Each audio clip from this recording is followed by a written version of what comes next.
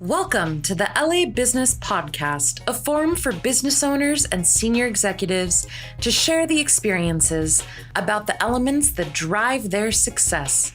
Your host is Robert Brill, CEO of Brill Media.co. Hey everyone, welcome to another episode of the LA Business Podcast. Today our guest is Joseph Jaffe, and this is a particular treat for me, Joseph, because I started listening to you on Jaffe Juice 2007, 2008, and I thought, wow, wouldn't it be great to be able to connect with you? And here we are over 10 years later, and you're on my podcast, and I've seen you all around Facebook. It's a fantastic treat to have you on the show. I'll let you introduce yourself, but what I want to say is I really like your LinkedIn profile, Admiral at HMS Beagle. I love it. So tell us a little bit about yourself. I mean, the big thing when I started connecting with you was, or listening to you, was life after the 30-second spot. So tell us a little bit about what you do and where you've been over the last 20 years. Wow. So I'm trying to think. So this accent, I always explain to people, this accent is not from Staten Island, although it's very easy to confuse the two. I get that. But from South Africa originally, came to the US now 23 years ago. I worked on Madison Avenue at a number of agencies, although I say, don't hold that against me. And then I went out on my own.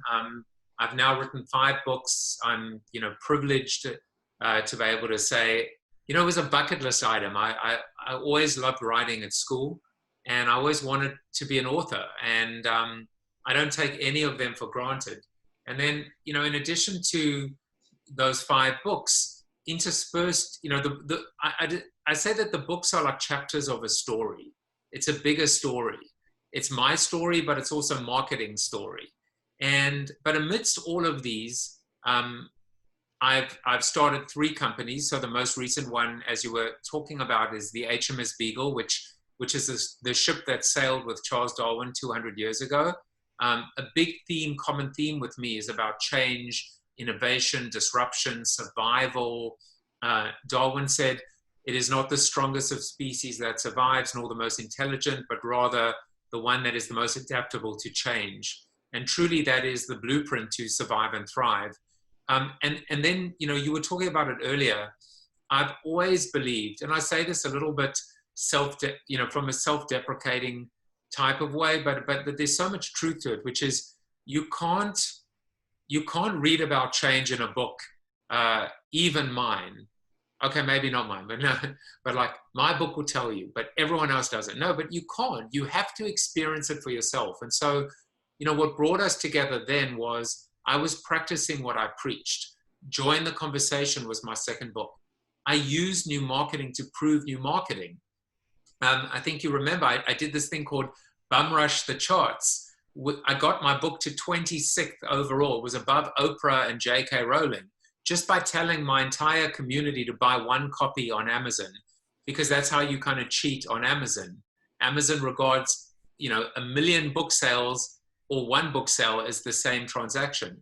And so that's what I've been doing, is practicing what I preach. And it's what's brought the 2 of us together again today, through, I'm sure we'll talk about it, through Corona TV, which is going back to my roots, going back to basics, being a content creator, wanting to help, wanting to make a difference, and using the technology that we have at our fingertips to better connect with people.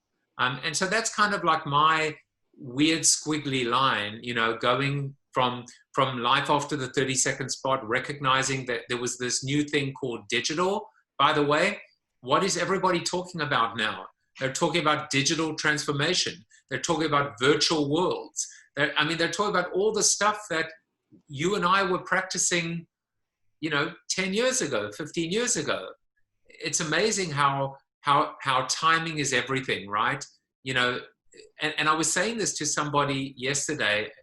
It was real like epiphany moment for me, which is, if you're doing something and you believe in what you're doing, and somebody says, oh, you're ahead of your time, that is a tell to say, don't quit, don't give up, just keep on keeping on until eventually the world catches up, because the world will catch up.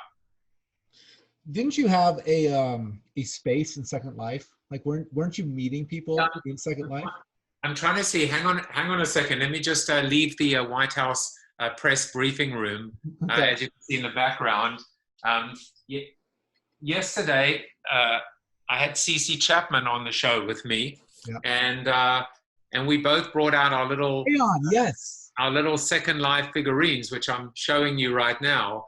And you know, this is before 3D printing existed. So you know, strategically, when we launched Crayon, we didn't have a website, and we didn't have an office.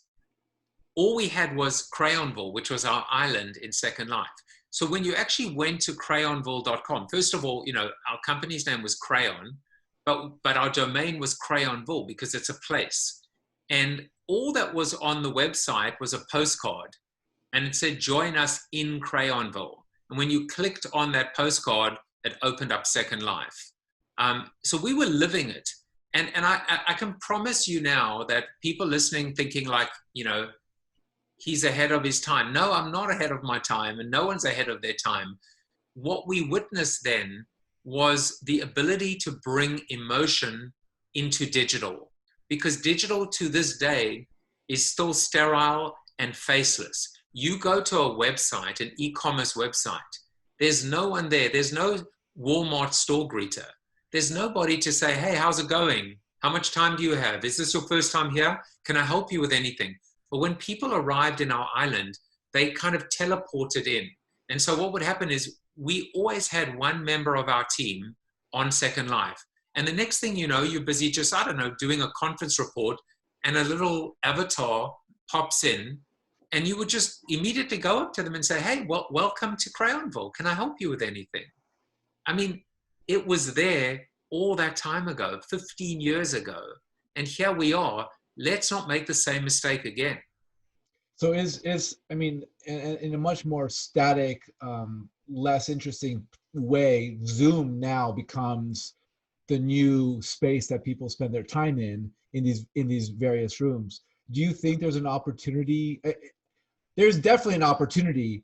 Do you think, how do you activate that opportunity to kind of recreate that greeter element with digital experiences? Is there a way to do it? Yeah, I mean, absolutely. There could be, for example, having a Zoom. I mean, they've got to still deal with the Zoom bombing that's taking place. I just had that the other day on my after show. It happened again. I should have. Zoom bombing. Tell the folks what Zoom bombing is. Well, let's put it this way. So I know we'll get to it later, but I started a daily web streaming show, a video show called Corona TV.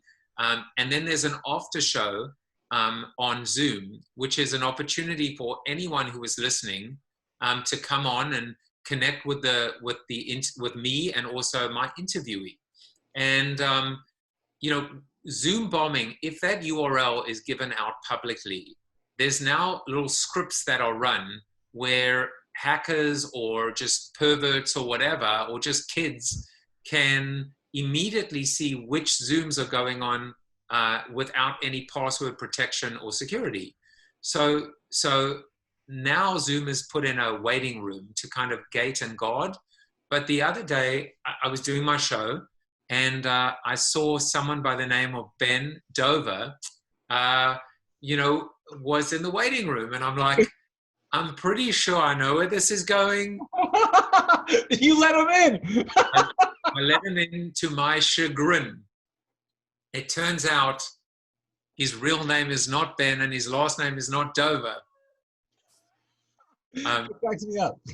But I think what could happen, you know, to your point, is imagine every website or every company or B2B company or agency has this, you know, Zoom going from 8 in the morning to 6 p.m. at night.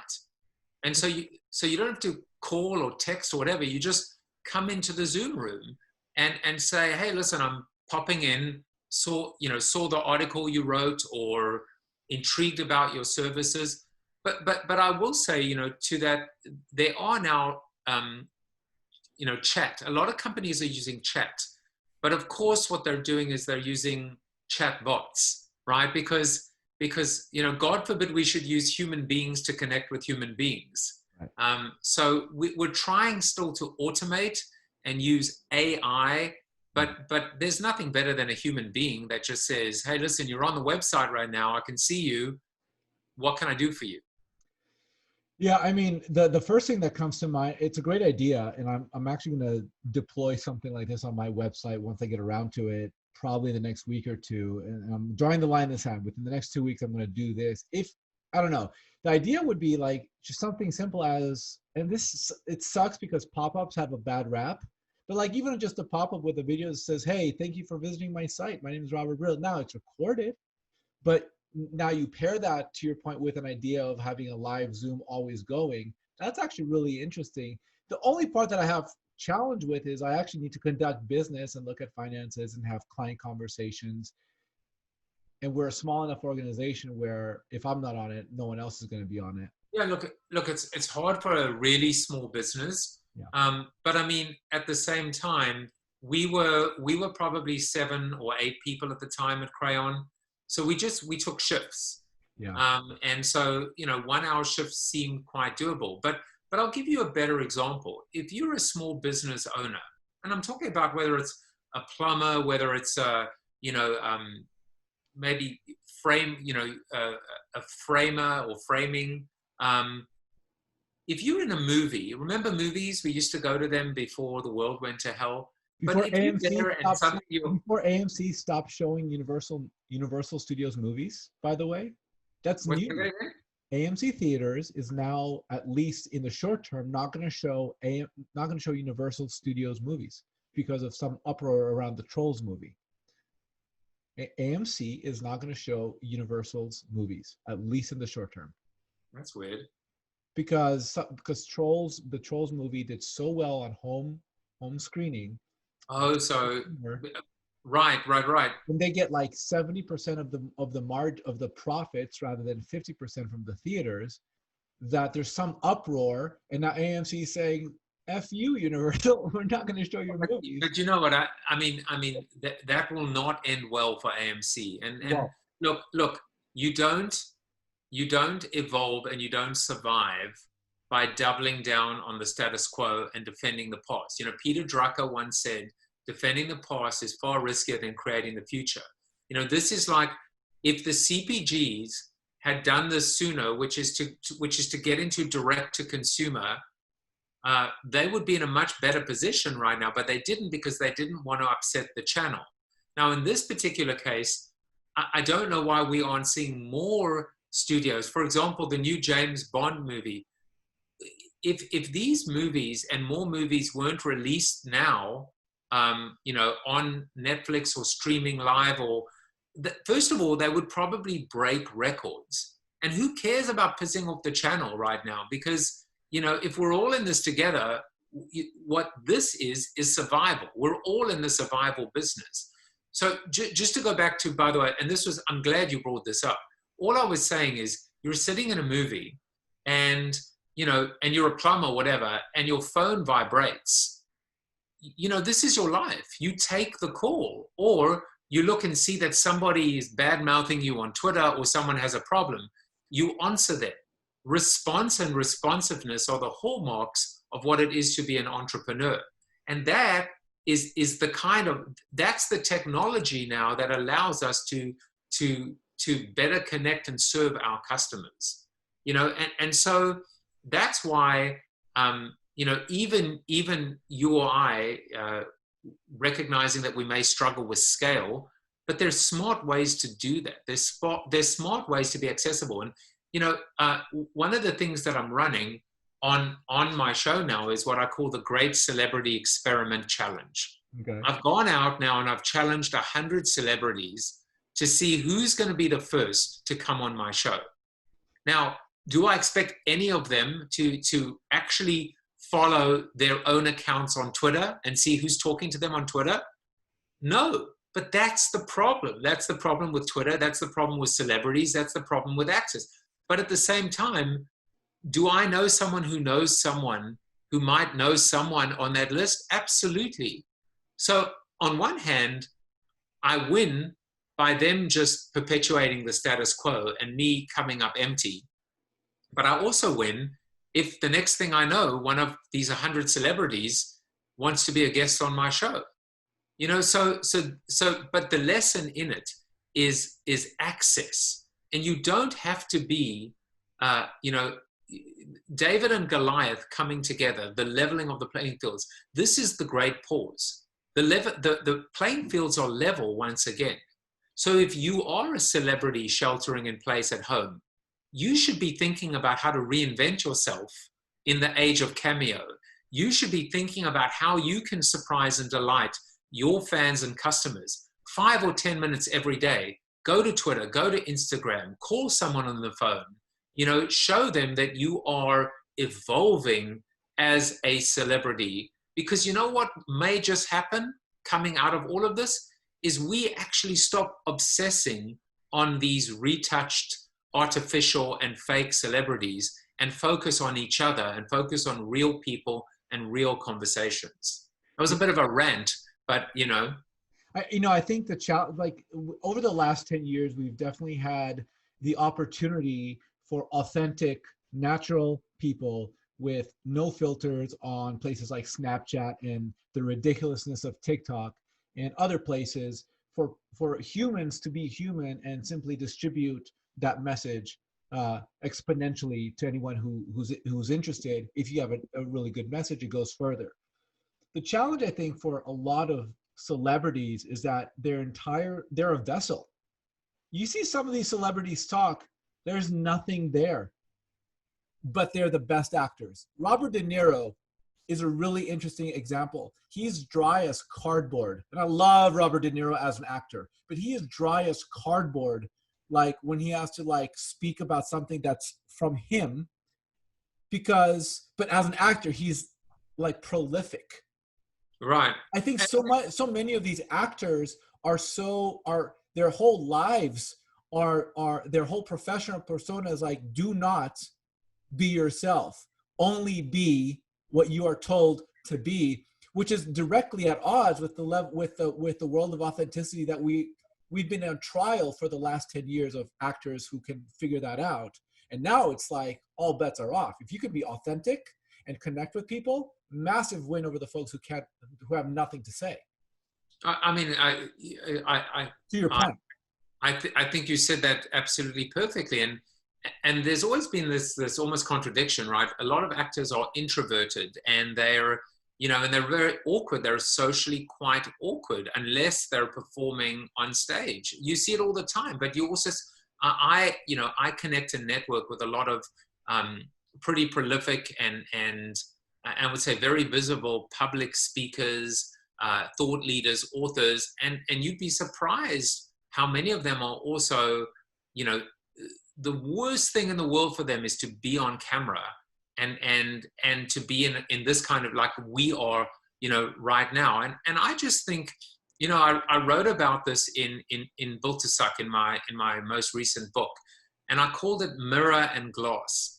And I said, you know, the thing about a mirror is not real. A mirror is opaque. You can't see through a mirror. You see a reflection, but that reflection is not real. And so this is the world of brands and marketing and celebrities. We send an image that may or may not have been doctored or altered, and that becomes the perception of reality. But the world is moving to glass. Glass meaning transparency, meaning glass door. You want to work for a company, you can find out very quickly how well that company treats its employees. You go to a restaurant, remember restaurants, you know, I have to say that every time, and you can see your food being cooked in front of you. The kitchen is open. There is glass now there, or you can even sit at a chef's table inside the kitchen. So you can see if somebody's dropping a lobster on the ground and picking it up with their hands. This is where the world is moving to. And I think the more people, brands, celebrities, consultants can be glass-like. And of course, we all know the saying, people in glass houses shouldn't throw stones. But this is what I think is now coming to the forefront, which is keep it real, you know, and be real and be honest and be authentic. And that's what we're going to start to gravitate towards. So let's go a different direction. When you work with companies, what do you generally, how do you work with companies? Like what type of work do you do? I mean, I know it's consultancy, I know it's social media, I know I can see a lot of value going a lot of different directions, but how do you work with companies? Well, I'll tell you that, my MO has always been the Wayne Gretzky quote, which is skating to where the puck is going to be versus where the puck is. Okay. And the funny thing is, so many things that I've spoken about or not predicted, but actually said this is what's coming, because I'm not a futurist. Futurists are charlatans, because they're wrong like 99 out of 100 times, but the one time they're right, they remind you about it until the cows come home. So I can just see where things are heading, and but when everybody catches up, I lose interest and I get bored and I move on, because that first mover advantage is gone. So, the funny thing though with social media or with digital transformation is you would think that people like you and I would be out of business, because everyone would be transforming themselves through digital. Everyone would be joining the conversation. Everyone would be creative on the Super Bowl. And yet, the latest thing that I've been saying, just to like poke fun at the bear or poke at the bear, is if you gave marketers the goose that laid the golden egg, they would slaughter it and cook it on the grill. It's like recurring revenue, not one-time use, guys. It's like you got to see things for what they are and what they could be, And so the thing that I'm focused on right now is growth. But it's growth that can only come from earning the right to survive. I'm a strategic planner by vocation, if you will. And I've actually come up with a new way of planning. I call it survival planning. Now, survival planning has a definition. Survival planning is strategic planning in a day and age of short-term thinking, risk aversion, and constant disruption. So how do you plan? How do you play the long game? How do you survive and thrive when the next COVID-19, is just a news cycle away? And so that's now how I work with companies. There is a philosophy that I've developed through Built to Suck, which is called heresy. Embrace your heresy to define your legacy. Are you prepared to put yourself out of business? Because if you don't, someone else will. You can guarantee it. Now, on one hand, just look at the startup community. Just look at this entrepreneurial revolution. Business models being disrupted, disintermediated, new, nimble, agile companies coming from nowhere that are absolutely, upturning or turning over the apple cart. Then you've got technology in of itself, but also just this culture of change. And so that's the first part, which is disrupt yourself, pivot to a new business model, rethink, reimagine, and be in this constant process of pivoting, planning, course correcting, and being able to take advantage of all of these new stimuli and variables, some of which are potentially fatal, and others are game changing.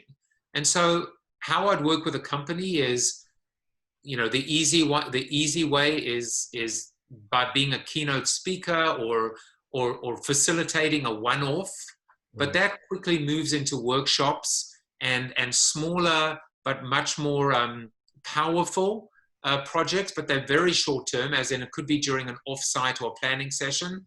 And then there is some longer term stuff. But to be honest with you, I don't want to do the long-term stuff. Right. I don't want to. We don't have the luxury of a 6-month project. We may all be dead in 6 months. I'm not even joking. So it's like you've got to live for now, and you've got to plan for now. And that's why, like, a lot of the advice that we're giving clients right now and people right now is, survive, stay in business, stay afloat, but also don't just survive like in terms of a don't kill me. Do all the things that you that you always wanted to do but couldn't because your boss said, there's no time, there's no money, there's no budget, there's no talent, all these fires, all these meetings, all these unread emails. The big pause has given us not just, the ability to say, you know what, I know we said we wouldn't do that, but let's just go and try it out. Number one. We have to lose. What do you have to lose, right? Number two, reach out to your customers, talk to them, do this market research, thank them for their business. Flip the Funnel, which was my third book. Now is the time to formalize and scale advocacy, to create ambassador programs, to really invest in retention as the new acquisition. This is the gift that we have right now. So that's why I just fundamentally don't believe in 6 months, with, peace and love to Deloitte and KPMG and Accenture and all these companies. But it's any company selling you on a 18-month to 2 or 3 year transformation project, that's just throwing good money after bad. You don't have the time. And look, let's be honest. I'm being honest. Like, we're being honest right now. Most people that are in jobs right now, even pre-COVID-19, we're probably not going to be in the same job within that 18 to 24 month time frame anyway. So what are we doing here? What kind of a business ecosystem have we created that actually doesn't even support continuity, endurance, momentum, and growth? It's a joke. Yeah, I've taken this moment to do some interesting marketing stuff that we haven't had a chance to do with a long 3 to 6 month view of the marketing. I think the biggest thing that we encounter with some of our clients, so when I say clients, I don't mean big name brand advertisers who we also work with. I just mean like smaller companies who are trying to prove out their business model to some respect, or local advertisers. I think the biggest challenge they have is they don't form relationships with customers. And I think there's a massive opportunity now for businesses to form long-term relationships with customers so that when the world returns to normal, we will have a great base, foundation, core of potential new customers who heard from us when times were bad. And I think, and that's what we're doing with our business. We're expanding our marketing efforts. We're building our marketing infrastructure. Because as an advertising company, I want our business to grow because of advertising. So I think it's interesting. I like that. I like that quote. And by the way, I mean, these best practices in our B2B world, right? People don't care how much you know until they know how much you care. And now we're hearing, this constant line, which is helping is the new selling. It's true. It always was true, by the way. But now we can actually implement that and not just say, I was saying the other day, we keep telling our customers how important they are.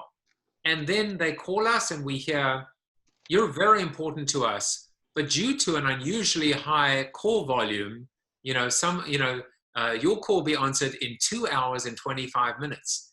I mean, that is not indicating that we care about our customers. It's just not. And so, like what you're saying, this is the time now, again, the big pause, to pick up the phone and call your customer, especially a long-term customer or a valuable customer. What about a lapsed customer? And just say, hey, I was thinking about you. How's everything going? So this is like almost, think about just doing this for 5 or 10 minutes every day while we're all cooped up at home. Pick up the phone or send an email and say, I'm not selling anything. I just want to know how you are, how you're doing. Yeah, absolutely. I just spoken to my wife right before we got on this. And I was like, I gotta call all my clients and just say hello and just be helpful. I find that people are a lot more helpful just across the board. Like I got access. There's a social media marketing week conference coming up mid-May, and I got full access to that thing for free because I know someone on Reddit who had a few discount codes available, and I got one. I just find that people are overall a lot more helpful right now because of that idea of we're all in it together, and now we're in the trees for the forest.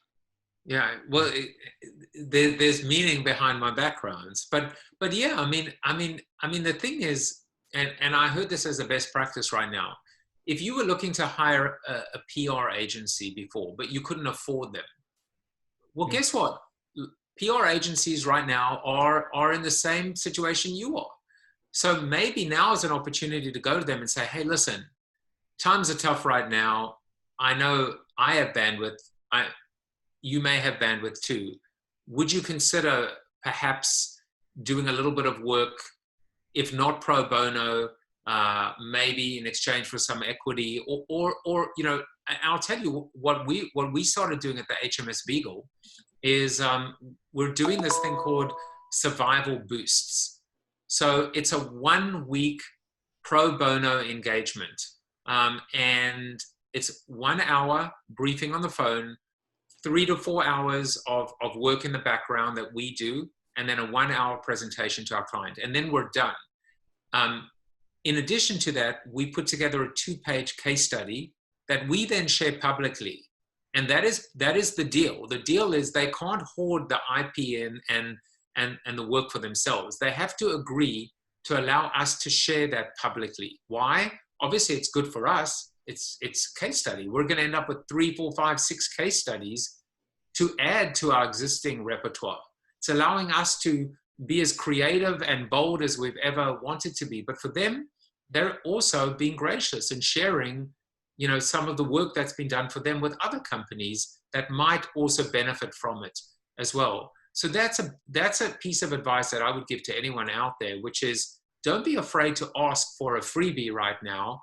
And on the flip side, don't be afraid to give a freebie right now and be upfront. And again, you know, not mirror, but gloss about exactly ask for an endorsement. That's what we do as well. So now what we're doing is two entities that are hurting right now, 2 entities that are desperately in need of a boost because of what's happened with COVID-19, are coming together and actually finding a middle ground that hopefully can help both of them. And why not? I love it. So some actionable items that people can take to continue to grow and scale their business. I feel like I'm missing probably a bunch of them, but what you just said, ask for freebies, give freebies, ask for endorsements, call your clients. Retention is the new acquisition. Where do people find these case studies once they're published? So there are a couple of things. One is, if I remember correctly, if you text the word Corona TV to 66866, you will actually, through doing that, you can subscribe to my newsletter, and I push out the case study through and other things through my weekly newsletter. You can also subscribe via josephjaffe.com, and then I also kind of when I get round to it, because I think I'm working harder than I ever have worked in my life, I also will push out a lot of thought leadership through LinkedIn as well. And now with Corona TV, which, you know, I still have to tell people what it is, but it's what brought us together. I'm trying to think of ways that I can use this platform as well. So I might have 1 or 2 of our clients come on as my guest to talk about the case study and talk about their business. So you just, you know, like, I want to help as many people as much as I can, as often as I can. And it just makes me smile because it's a good thing to do. So tell me a little bit about the genesis of Corona TV. Certainly it's very appropriate for the current moment we're in. You're on Facebook Live. Is it every 5 days a week, or what's the cadence there? Well, so the thing about it, and I apologize to people listening, I keep mentioning Corona TV, but like, it's my baby right now. So I just want to, like, you know, promote my baby. I think it's fantastic, by the way. I really enjoy listening to it. Well, it's what brought us together, which is great. So I don't even know, and this is the thing as well about ideas sometimes. Don't overthink things, just do it, right? Nike, just do it. I don't remember what the genesis was of, hey, let me go to Facebook and do a Facebook Live. You know, here's the brief. I'm going to create content. I'm going to do this. I'm just going to go live and talk about whatever the hell I was talking about then. And then suddenly, you know, I did it again, and then I used Zoom, and then I said, wait a second, I can syndicate this to Facebook. That's cool. And then maybe, and then I said, let me give it a name, and I branded it kind of a little bit of tongue-in-cheek Corona TV. And then I created a website for it. And then I said, wait a second, 10 years ago, I did this thing called Jaffe Juice TV. Why don't I just direct everything now to Jaffe Juice TV, to my channel, which has got over 150 episodes on YouTube. And then one day I was talking to my sister, who's a small business owner. She's in London. She's got a spinning studio. They basically had to close down because people weren't going to come in. So she put all her bikes into a U-Haul and asked her clients who wanted a bike, and they all raised their hands. She dropped them all off, and then she went to like Vimeo and Zoom and started doing on-demand live cycles. So I said, let me interview you and showcase the entrepreneurial spirit. Well, one thing led to another, and now I'm fully booked with guests all the way through second week in June. So much so, going Monday through Friday, that I'm now doing a show every Sunday where I can profile an entrepreneur. But what I realize amidst everything is that I've achieved another bucket list item of mine. I say, people always told me I had a face for radio, so I'm trying to prove them wrong. But I've actually created a TV show, a web show, a video show focused on marketing and focused on the things that I care about. And it's going to continue way beyond COVID-19. Hopefully COVID-19 is not around much longer. Unfortunately, it may be, but I'm going to continue doing this. And I'm growing an audience and a base and a platform. And I'm helping people. And guess what?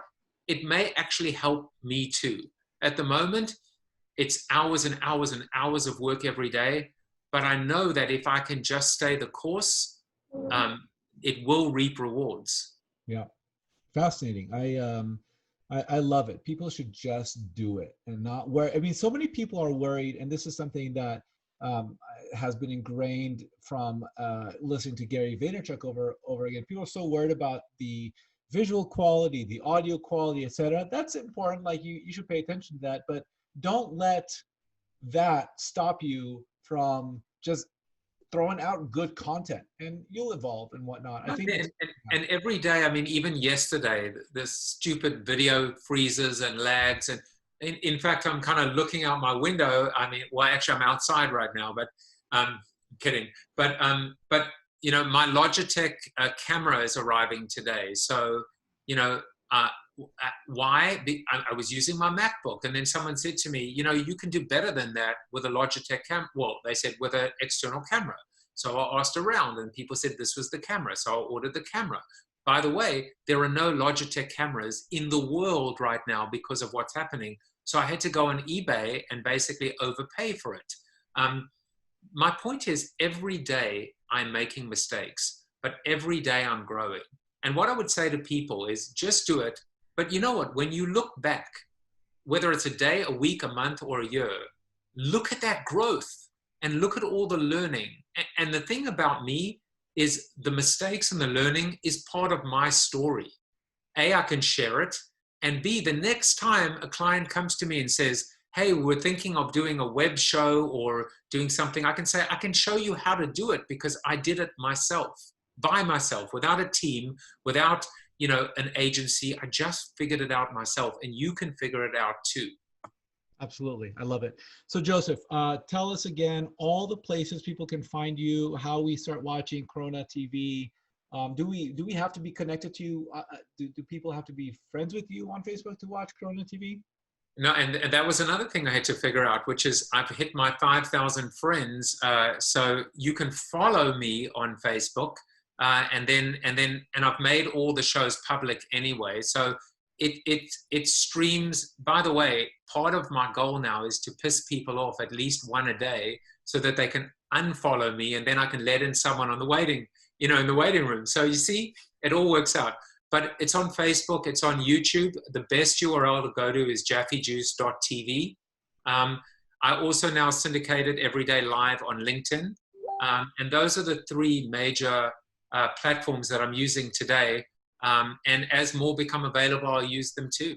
So jaffejuice.tv, and I'm pretty much at Jaffe Juice on every social media channel. Fantastic. Joseph Jaffe, I really appreciate this. This was a totally cool recording and episode. I appreciate you coming on to the show.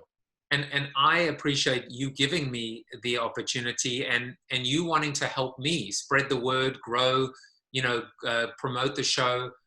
This is the exact quid pro quo, I said it correctly, that the world needs right now, which is people helping other people to move the world forward, and to keep moving forward.